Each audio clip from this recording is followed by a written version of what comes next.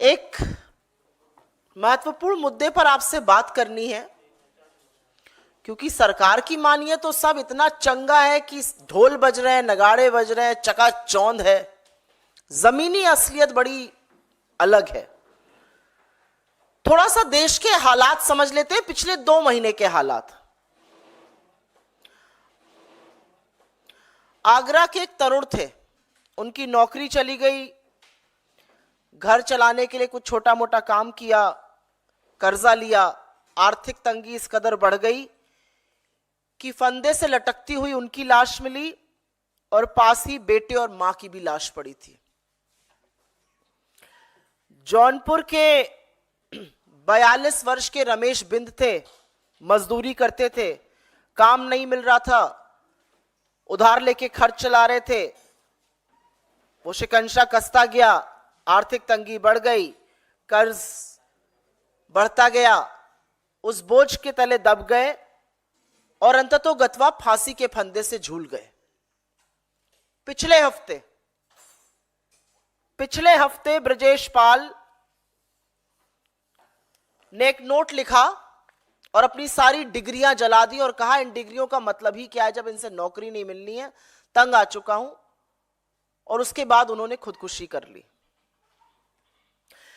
इस देश में 7,000 से ज्यादा लोगों ने आर्थिक तंगी के चलते 2022 में आत्महत्या की है। आज की तारीख में हर घंटे 2 किसान जान देने को मजबूर हैं। 40 नौजवान हताश होकर, निराश होकर अपनी जान ले रहे हैं रोज। और ऐसे में मोदी सरकार आपको बताती है क्या बढ़िया चल रहा है, सब कुछ चकाचक है मामला। सरकार थोड़ा झूठ बोलता है तो चलिए हजम हो सकता है, लेकिन कुछ बातें ऐसी हैं कि गले के नीचे नहीं उतरती हैं। अब लगातार सरकार का नीति आयोग इस देश को और दुनिया को यह समझाने पर, यह सिद्ध करने पर तुला हुआ है कि नरेंद्र मोदी सरकार ने गरीबी का सफाया कर दिया है। ये जो लोग आत्महत्या कर रहे हैं, ये जो बेरोजगारों पर लाठियां बरसाई जा रही हैं, जो बेरोजगार सड़कों पे उतरे हुए हैं, ये देश के नागरिक थोड़े ही हैं, ये कोई छुट्टे जानवर हैं जो घूम रहे हैं। यही समझाना चाहती है सरकार। इस देश के नीति आयोग ने अब यह सिद्ध करने का बीड़ा उठा लिया है कि देश में गरीबी नहीं है। और एक बिल्कुल चौंकाने वाला आंकड़ा आया है, जिसके चलते नीति आयोग ने, एनएसएसओ का यह आंकड़ा आया, उसमें कहा है कि गरीबी 5% पर आकर टिक गई है। 5% पर गरीबी आ गई है, मतलब अब सिर्फ 7 करोड़ लोग गरीब हैं, बाकी माला माल है। और इसीलिए ये जो झूठ है ये गले के नीचे नहीं उतरता है। याद रहे कि 11 साल बाद ये जो उपभोक्ता व्यय, जो कंजम्पशन एक्सपेंडिचर का सर्वे है, 11 साल के अंतराल के बाद आया है। हर 5 साल पे आना होता है। 2017-18 का सर्वे सरकार ने कहा था क्वालिटी नहीं ठीक है, इसलिए विड्रॉ कर लिया गया था। असलियत यह थी कि नोटबंदी और एक फ्लॉड जीएसटी के चलते, गब्बर सिंह टैक्स के चलते वो 40 साल के सबसे निचले स्तर पर पहुंच गया था। तो वो दिखाने की हिम्मत नहीं थी सरकार की, इसलिए दिखाया नहीं गया था। अब चुनावी दौर है, चुनाव से प्रेरित सर्वे खूब दिखाई जाएंगे। उनमें से एक दिखाया गया है, ताल ठोक कर बोला जा रहा है 5% ही अब गरीब इस देश में रह गए हैं। लेकिन अगर इन्हीं की रिपोर्ट आप मान लीजिए, हम चलिए इस रिपोर्ट का खंडन ही नहीं करते, हम इसी रिपोर्ट पर चर्चा करते हैं। इसी रिपोर्ट की बाल की खाल अगर खोलने पे आ जाए तो देखिएगा असलियत क्या है। असलियत यह है कि इस देश के सबसे गरीब 5% लोग अपनी दिन की गुजर बसर सिर्फ और सिर्फ 46 रुपए रोजाना पर कर रहे हैं। उसमें उनका भोजन है, उसमें रोटी, कपड़ा, दवाई, पढ़ाई जैसी चीजें हैं। सिर्फ और सिर्फ 46 रुपए। यह असलियत है अगर इस सर्वे के मुताबिक ही चला जाए। लेकिन सरकार उस सुर्खी को दबाना चाहती है, पर सच की वो ताकत है कि सच उभर कर निकल ही जाता है। यह सर्वे 2 चीजें सिद्ध करता है और अभी आंकड़ों के साथ आपको बता देती हूं क्या। यह सर्वे शहर और देहात के बीच की जो बढ़ती हुई खाई है, एक जो शहरी हिंदुस्तान और जो ग्रामीण हिंदुस्तान है, उसके बीच की जो बढ़ती हुई खाई है उसको सिद्ध करता है। और यह सर्वे पूरी तरह से अमीरों और गरीबों के बीच में लगातार बढ़ते फासले को, जिसकी बात कांग्रेस पार्टी, जिसकी बात हमारे नेता राहुल गांधी, जिसकी बात हमारे अध्यक्ष श्री खड़गे जी लगातार करते हैं, अमीरों और गरीबों के बीच में बढ़ती हुई असमानता को, बढ़ते हुए फासले पर यह सर्वे, सरकार का यह सर्वे खुद मोहर लगाता है। अभी आपको 2 मिनट में समझा देती हूं कैसे। इस सर्वे के मुताबिक शहर में रहने वाले 5% सबसे अमीर लोग, शहर में रहने वाले 5% सबसे अमीर लोग शहरी में रहने वाले 5% सबसे गरीब लोगों से 10 गुना ज्यादा खर्च करते हैं, 10 गुना। और गांव में रहने वाले 5% सबसे अमीर लोग, गांव में ही रहने वाले 5% सबसे गरीब लोगों से 8 गुना ज्यादा खर्चा करते हैं। एक आंकड़ा आपके सामने रख देती हूं और यह आंकड़ा रखना जरूरी है। इस आंकड़े के मुताबिक ग्रामीण क्षेत्रों में 5% सबसे अमीर 350 रुपया खर्चा कर रहे हैं और उसी ग्रामीण क्षेत्र में सबसे गरीब 46 रुपए खर्चा कर रहा है। शहर में 700 रुपए सबसे अमीर खर्चा अगर कर रहा है तो शहर में सबसे गरीब औसतन 67 रुपए खर्चा कर रहा है।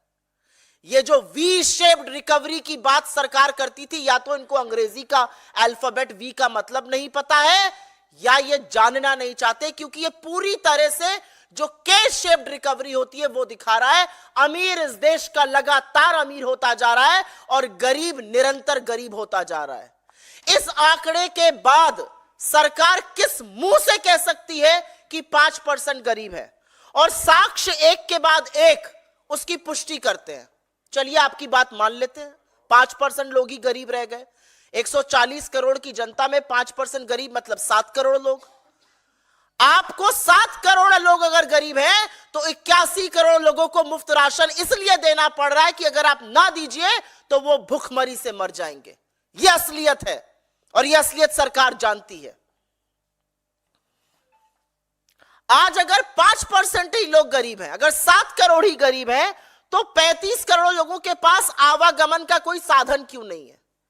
न कार है, न गाड़ी है, न 2 पहिया वाहन है, न साइकिल है। 35 करोड़ लोगों के पास ऐसा कैसे है? और एक आंकड़ा आपकी जानकारी के लिए बता देती हूं। यूपीए के शासनकाल के दौरान 2 पहिया वाहन की जो सेल होती है, जो बिक्री होती है, उसकी वृद्धि की दर 9% थी। और 2 पहिया वाहन कौन खरीदता है? मध्यम वर्ग, निम्न मध्यम वर्ग, गांव देहात के लोग। 9% ग्रोथ रेट थी, वो 0.7% है इस सरकार की औसतन। 2 पहिया वाहन या साबुन, मंजन, तेल, इस तरह की जो एफएमसीजी की वस्तुएं होती है, उसमें जो बिक्री में गिरावट आई है रूरल एरियाज में, वो क्यों आई है? वो क्या सिद्ध करता है? वो ये सिद्ध करता है कि लोग खर्च नहीं कर पा रहे हैं। चलिए 7 करोड़ गरीब हैं, 45 करोड़ लोग ऐसे हैं जिनके पास टीवी नहीं है। क्यों नहीं है भाई टीवी? ये सरकार के आंकड़े, ये हमारा कोई आंकड़ा नहीं है। 7 करोड़ अगर गरीब है तो कैंसिल कर दीजिए सबके राशन कार्ड, लेकिन आप ऐसा करने की हैसियत और हिम्मत नहीं है, क्योंकि गरीबी इस देश में बढ़ी है, गुर्बत इस देश में बढ़ी है। लोग लाचार होकर आज आत्महत्या कर रहे हैं क्योंकि कमर तोड़ महंगाई, बेरोजगारी और आर्थिक असमानता ने जीवन दूभर कर दिया है।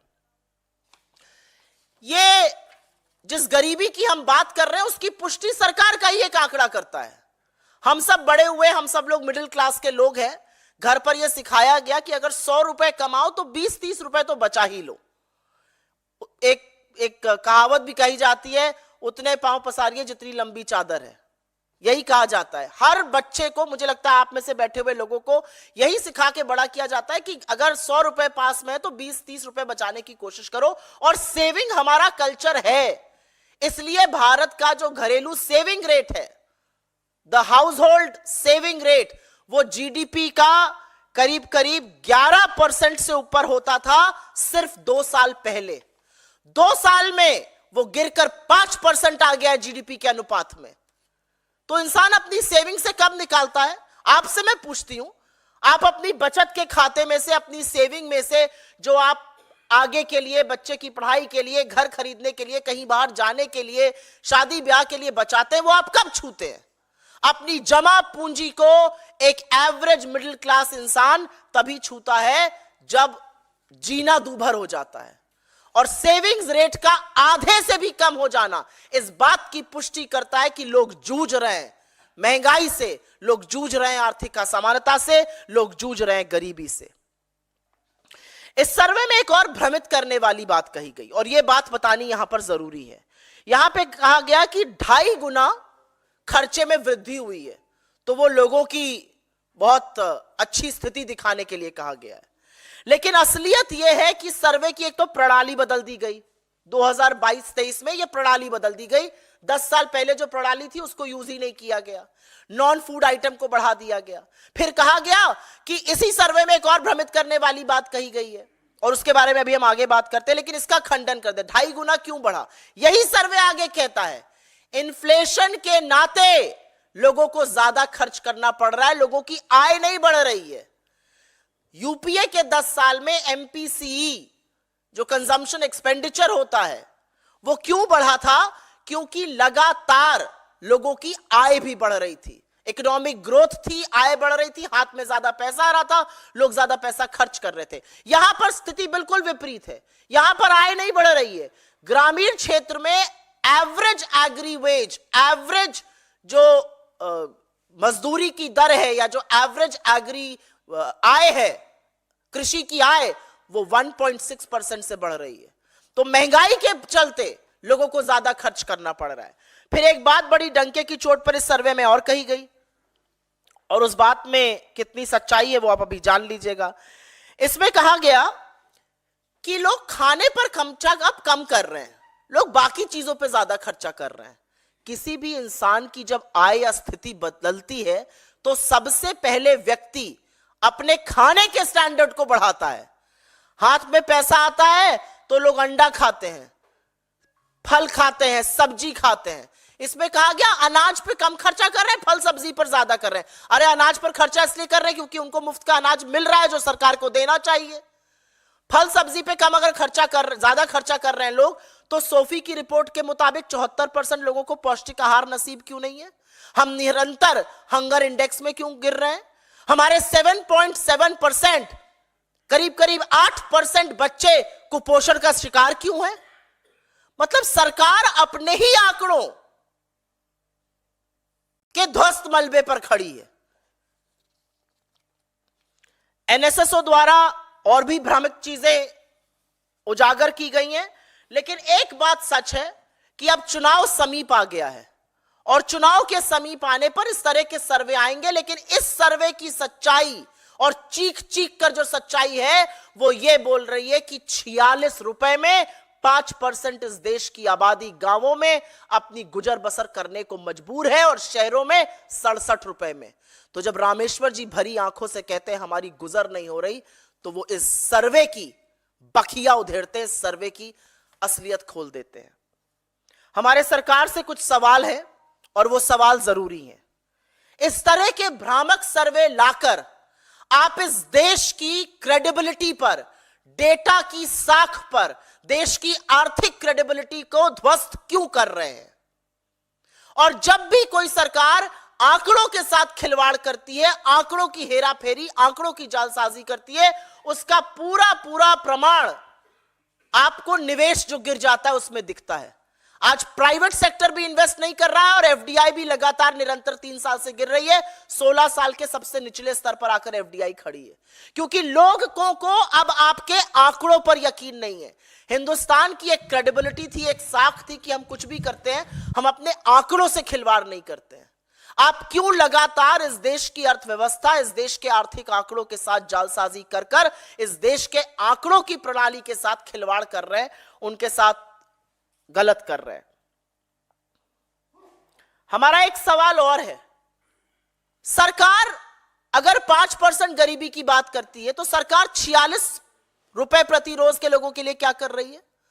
67 रुपए प्रति रोज जो शहर में लोग हैं उनके लिए क्या कर रही है? सरकार ये जो आर्थिक असमानता लगातार बढ़ रही है शहर और गांव के बीच में और अमीर और गरीब के बीच में, उस खाई को पाटने के लिए क्या कर रही है? ये सब बड़े वाजिब सवाल हैं और इस सवाल से पूछे जाने चाहिए। सरकार कहती है बहुत बढ़िया चकाचक मामला है, तो आय क्यों नहीं बढ़ रही है? क्या सरकार की कोई एजेंसी ये देखेगी कि अगर आय नहीं बढ़ रही है और खर्च ज्यादा हो रहा है, उसका असर क्या हो रहा है? क्या सरकार की कोई एजेंसी ये देखना चाहती है कि सेविंग रेट क्यों गिर रहा है? लोग अपनी भविष्य की जमा पूंजी से क्यों पैसा निकालने को मजबूर है? सरकार उज्ज्वला का ढिंडोरा पीटती है और असलियत यह है कि ईंधन पर सिर्फ मात्र 1.5% लोग खर्चा कर रहे हैं। और सरकार की नीति आयोग से एक डायरेक्ट सवाल है। आप ही की मल्टी डायमेंशनल पॉवर्टी रिपोर्ट ने कहा था अभी कुछ ही हफ्तों पहले 11% मल्टी डायमेंशनल लोग गरीब हैं। अब आप कह रहे हैं 5% गरीब हैं। जुलाई 2023 में आपने कहा था कि गांव में 20% के लोग गरीब हैं। तो 20% लोग गरीब हैं, 11% लोग गरीब है या 5% लोग गरीब है? क्योंकि यह रिपोर्ट नीति आयोग की 3 रिपोर्टों पर यह आंकड़े आधारित है। तो नीति आयोग में कौन सी रिपोर्ट सच्ची है, इस बात की पुष्टि नीति आयोग सरकार की जरूर करे।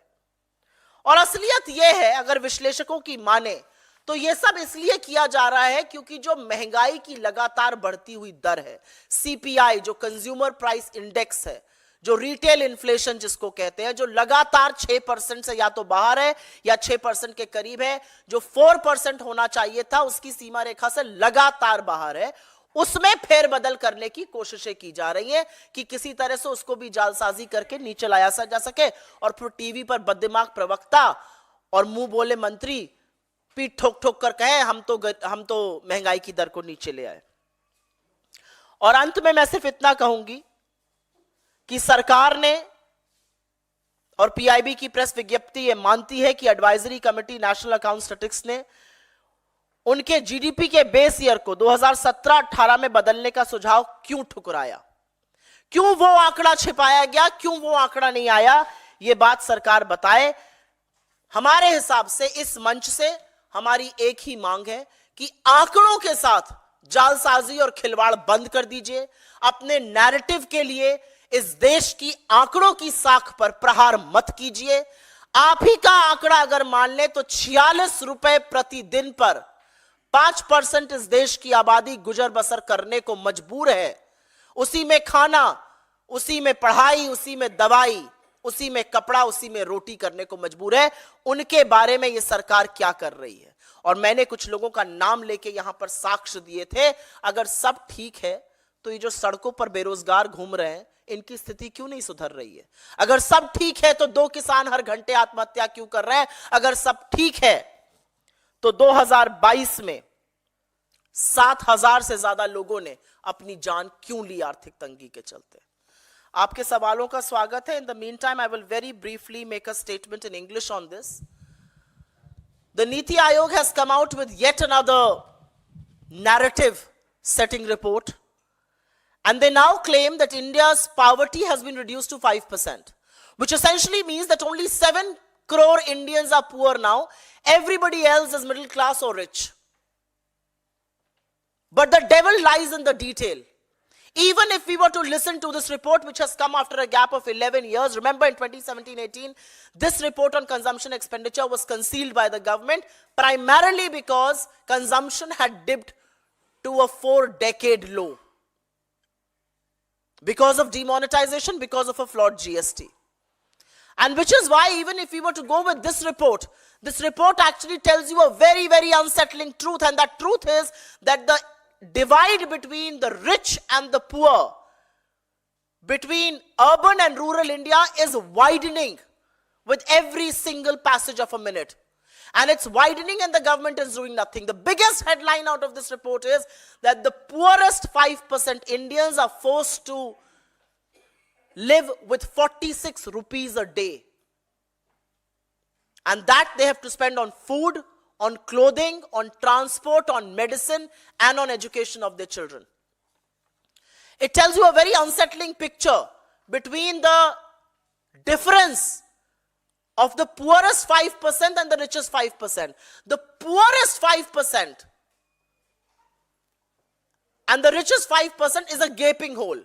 The richest 5% in rural areas are spending 8 times more than what the poorest 5% are spending. And in urban areas, the richest 5% are spending 10 times more than what the poorest 5% are spending. How do you explain this? And how do you explain this income inequality against which the Congress party has consistently raised its voice? It's a ticking time bomb. We've been saying this consistently. And data proves your claims bogus. If 7 crore Indians are poor, why are you forced to give free ration to 81 crore Indians? Because if you don't do that, then these people will be pushed to the verge of extreme poverty and extreme malnutrition. If your data is right, why is the savings rate in India falling? From over 11% in 2 years to the GDP to 5% right now.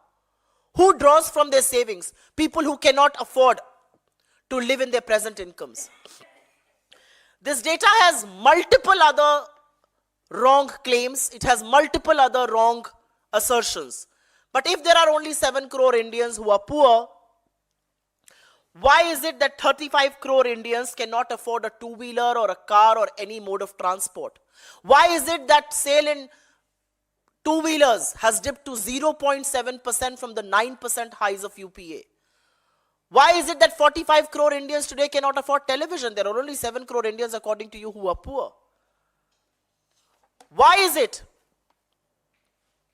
And according to this report, it says that people are spending less on grains and more on fruits and vegetables. They're spending less on grain because they're getting free ration thanks to the Food Security Act. But the reality is, this does not corroborate with the SOFI report that says 74% Indians cannot afford a nutritious diet. 7.7% of our children are malnourished. India has been consistently dipping on the hunger index. How do you justify those things? And one last thing that I want to say before I conclude here, and that's an important point to assert. And that point is about the disconnect between income on one hand and consumption on the other. If you compare the period of UPA, the consumption expenditure had gone up on the back of higher incomes, on the back of higher economic growth. Here, income growth is either very low or incomes have gone down. So people are actually forced to spend more because of inflationary pressures and not because they have more money in their hands. And this is government data that I'm quoting. So the only one question that we want to raise from this platform is that why is the Modi government destroying the credibility of our economic data consistently? Which data on poverty is right from the Niti Aayog? The 19.28% that was quoted in July 2023, the 11% that was quoted a few weeks back, or this 5%. Look at the three figures that have come out. And which is why the question is, when you destroy economic data's credibility, you stop investments, and that is what is really happening. Why is the government not paying attention to the ever-widening gap between the rich and the poor and between urban and rural India? Why is the government not paying gap to the 46 rupees a day? And that's all that 5% of the poorest Indians have to live their lives daily. And unless we don't answer those questions, ये जो चकाचौंध मोदी सरकार की दिखती है, ये जो ताल ठोक कर झूठ बोला जाता है, ये जो टीवी चैनलों पर चरण वंदन होता है, ये सब बेमानी है, ये सब झूठा है. We'll ask you for your questions first. On this, please, पहले.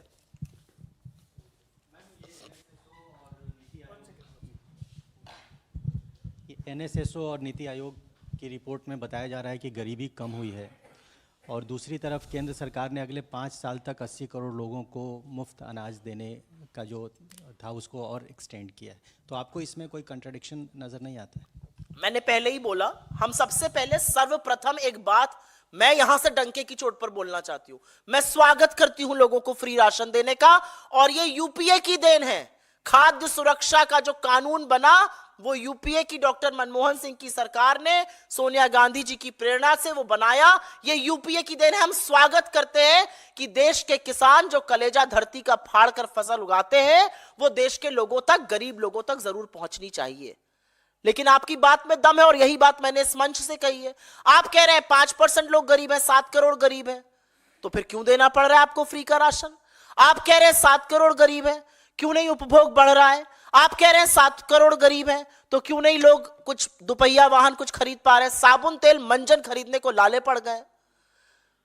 तो मेरा अपना मानना है कि सरकार जब आंकड़ों की हेराफेरी करती है तो कहीं यह भूल जाती है कि आंकड़ों का ही एक सच होता है, और वो सच इतना भयावह, इतना भयानक है कि वो कहता है कि सबसे अमीर लोग शहर में 10 गुना सबसे गरीब लोग से खर्चा करते हैं और गांवों में 8 गुना खर्चा करते हैं।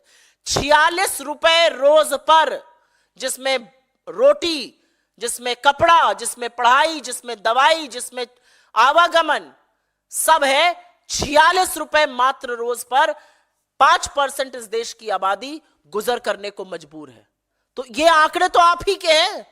किस बात का डंका पीट रहे हैं आप, अगर 46 रुपए पर लोगों को अपना जीवन गुजर बसर करना पड़ रहा है रोजाना?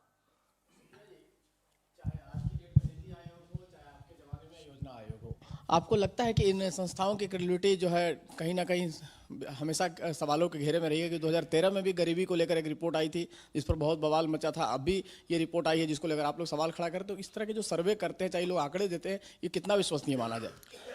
मेरे लिए ज्यादा दिक्कत की बात यहां पर यह है कि ये जो सर्वे आया है ये एनएसएसओ की रिपोर्ट पर आया है। एनएसएसओ की रिपोर्ट पर नीति निर्माण होता है। जो नेशनल सैंपल सर्वे ऑफिस है उसकी रिपोर्ट पर नीति निर्माण होता है। अगर एनएसएसओ कहता है कि 5% लोग ही गरीब हैं, तो सरकार के जो सार्वजनिक सुरक्षा के जो वेलफेयर स्कीम्स होती हैं वो सारे कार्यक्रम ही बदल जाते हैं। तो मेरे लिए ज्यादा दिक्कत की बात है कि एनएसएसओ के सर्वे का गलत इस्तेमाल करके गलत तरीके से उसको प्रस्तुत किया जा रहा है। और जहां तक क्रेडिबिलिटी की बात है, हमारी सरकार में एक भी आर्थिक आंकड़ा ऐसा नहीं था जिसकी पुष्टि थर्ड पार्टी ने नहीं करी थी। जब हमने कहा कि हमने 27 करोड़ लोगों को गरीबी की सीमा रेखा से निकाला यूपीए के शासनकाल के दौरान, तो इसकी पुष्टि थर्ड पार्टी ने, वर्ल्ड बैंक और आईएमएफ ने की। इनके इन खर्रों की पुष्टि कौन कर रहा है? खुद अपने मुंह मियां मिट्ठू बनकर आपस में मंत्री और नीति आयोग के सीईओ। एक भी जो विश्वसनीय एजेंसीज हैं क्या इन आंकड़ों की पुष्टि कर रही हैं? विश्वसनीय एजेंसीज वाइडनिंग गैप, इस आईएमएफ को कोट करने में थकते नहीं है मोदी जी के मंत्री लोग। वो क्या कहता है आईएमएफ कि आपके यहां जो बढ़ती हुई निरंतर आर्थिक असमानता है, जो गरीबी है, वो दिक्कत की चीज है। तो मेरा अपना मानना है कि आर्थिक आंकड़ों के साथ खिलवाड़ करके, जालसाजी करके, उसके साथ करतब करके आपको हासिल कुछ नहीं होगा। 2 घंटे का टीवी डिबेट पर चरण वंदन हो जाएगा, 2-4 मियां मिट्ठू ताली बजा लेंगे, पीठ ठोक लेंगे, प्रधानमंत्री वही झूठ जाकर इलेक्शन की रैलीज में, टेलीविजन के कार्यक्रमों में रिपीट करेंगे, और जो समझते हैं इन चीजों को वो हंसेंगे आप पर। लेकिन सबसे ज्यादा आप पर वो गरीब हंस रहा है जिसकी जिंदगी आपने बदतर कर दी है। मैंने 3 लोगों की यहां पर बात करी, चाहे वो रमेश बिंद हो, चाहे वो ब्रजेश पाल हो, चाहे वो आगरा का तरुण हो, जिन्होंने आर्थिक तंगी के कारण पिछले 1-1.5 महीने में अपनी जान दे दी। आपके ऊपर हंस नहीं रहे हैं वो लोग जो कि अपनी आत्महत्या कर रहे हैं। आज 1 घंटे में 2 किसान आत्महत्या करता है, रोजाना 40 नौजवान आत्महत्या कर रहे हैं बेरोजगारी के चलते। 2022 में यह सरकार का आंकड़ा है, 7,000 लोगों ने खुदकुशी कर ली। ये लोग आपके ऊपर हंस नहीं रहे हैं। विडंबना है कि ये लोग मजबूर हैं आत्महत्या करने को, और आप चकाचौंध को दिखाने में अपनी पीठ ठोकने से बाज नहीं आ रहे हैं। अगर इस पर कोई और सवाल हो पहले तो वो ले लेंगे, उसके बाद आपके बाकी सवाल। जी हेलो, कैम्ब्रिज से दो इम्पोर्टेंट लेक्चर उन्हें वहाँ देने हैं। जनरल इलेक्शन से पहले क्या विषय वस्तु होगा जिस पर राहुल जी वहाँ व्याख्यान देंगे? दूसरा सवाल यह है कि सीपीआईएम के विनय विश्वान ने सवाल उठाया है कि राहुल जी को हिंदी हार्टलैंड से चुनाव लड़ना चाहिए, केरला के वायनाड से नहीं, जहाँ के 20 सीटों में से एक भी भाजपा जीत नहीं सकती है, वहाँ राहुल गांधी क्यों चुनाव लड़ने आ रहे हैं? सबसे पहले मैं, आपने कैम्ब्रिज पर सवाल पूछा, उसका जरूर जवाब दूंगी। कैम्ब्रिज यूनिवर्सिटी विश्व के सबसे ख्याति प्राप्त संस्थानों में से एक है। It is one of the oldest educational and one of the most prestigious educational institution in the world. वहां से आइंस्टाइन या नेहरू नहीं, खुद राहुल गांधी जी भी पढ़े हैं। हमारे लिए बड़े फक्र की बात है कि हमारे नेता को वहां पर लेक्चर देने के लिए कैम्ब्रिज यूनिवर्सिटी आमंत्रित करती है। उनके साथ उनका सालाना अनुबंध है और वो हर साल जाकर वहां पर लेक्चर देते हैं। हमारे लिए बहुत गर्व की बात है कि हमारे नेता ऐसे प्रेस्टिजियस यूनिवर्सिटी पर जाकर छात्रों से listening in the 21st century, जैसे उन्होंने पिछली बात करी थी, देश और दुनिया की परिस्थिति पर चर्चा करने की कुवत रखते हैं और ऐसी प्रेस्टिजियस यूनिवर्सिटी उनको बुलाती है। 8 महीने पहले ही यह तय हो गया था कि उनको इन 2 दिनों वहां रहना होगा। अब बात आई आपके सवाल की वायनाड पर। राहुल गांधी जी एक ऐसे शख्स हैं जो विंध्याचल की पर्वतों के दक्षिण और उत्तर कहीं भी चुनाव लड़कर जीत सकते हैं। ऐसी हिम्मत एक बार इस देश का प्रधानमंत्री भी करके दिखाया। जी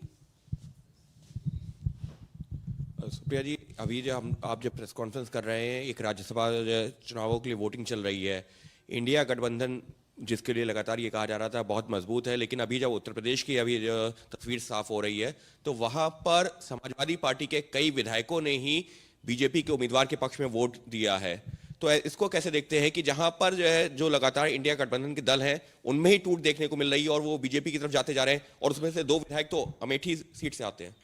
दुखद है, और दुखद इसलिए है क्योंकि पैसे का क्या प्रलोभन है मुझे नहीं पता, एजेंसीज का क्या दबाव है, किस तरह का प्रेशर इन लोगों पर बन रहा है मुझे नहीं पता। मुझे लगता है इसकी समीक्षा हमारा घटक दल खुद करेगा तो अच्छा रहेगा, मैं उन पर टिप्पणी नहीं करना चाहती हूं। लेकिन दुखद है ये स्थिति। अगर आप इस सरकार के खिलाफ लड़ेंगे तो आप पर हर तरह का दबाव बनाया जाएगा, और वो सार्वजनिक रूप से दबाव आप लोगों को मुझसे ज्यादा पता है, उसका मैं उल्लेख बार बार नहीं करूंगी। लेकिन मेरा अपना मानना है कि जो इस सरकार से लड़ेगा उस पर हर तरह का दबाव बनेगा, और ये जीत के लिए कुछ भी करने को तैयार है। इतना डंका लोकतंत्र का मोदी जी ने दुनिया में पिटवा दिया कि अनिल मसीह का मसीहा बन के खड़े थे। 36 वोटों में धांधली कैमरे पर पकड़ी गई, सुप्रीम कोर्ट को बोलना पड़ा। मुंह पर कालिक पुती है इस देश के लोकतंत्र की, जो बीजेपी ने करके दिखाया है चंडीगढ़ पर। मुंह पर कालिक पुती है इस देश के लोकतंत्र और इस देश की चुनी हुई सरकार पर, जब इलेक्टोरल बॉन्ड को बंद किया सुप्रीम कोर्ट ने। यह असलियत है।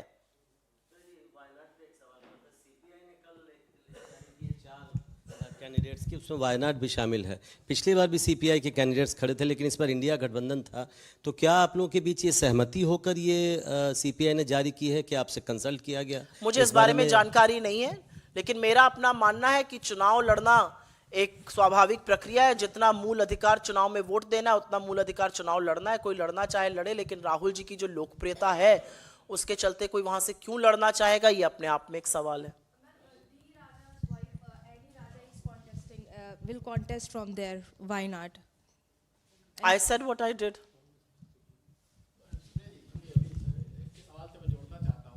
कि जिस तरह से 3 विधायक आपके अमेठी और रायबरेली के सपा के चले गए हैं, बीजेपी को वोट दे रहे हैं, क्रॉस वोटिंग कर रहे हैं, तो ऐसे में आपको लगता है कि कांग्रेस के लिए चुनौती है रायबरेली और अमेठी सीट पे इस बार चुनाव लड़ना? क्योंकि 3 पहले सपा का समर्थन आपको मिलता रहा है अक्सर, इसलिए कह रहा हूँ।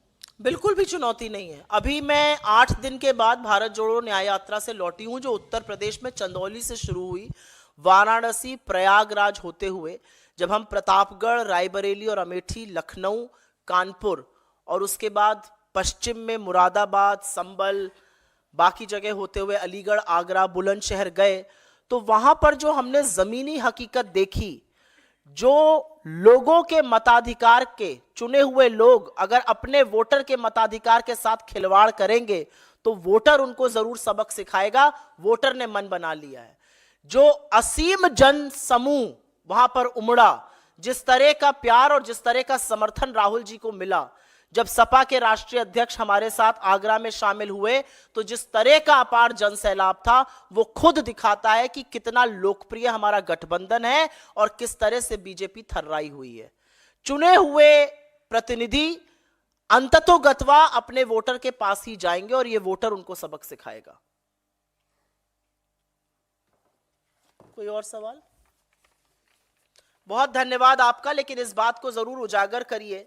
सोच लीजिए वो 46 रुपए जो शायद आप टिप में भी देखते हुए आपको झिझक लगती है। आज की तारीख में अगर कहीं खाना खाने जाओ और टिप में 200-250 रुपए से कम दो तो झिझक होती है। 46 रुपए में एक व्यक्ति रोटी, कपड़ा, पढ़ाई और दवाई सब कुछ पर गुजर बसर करने को मजबूर है।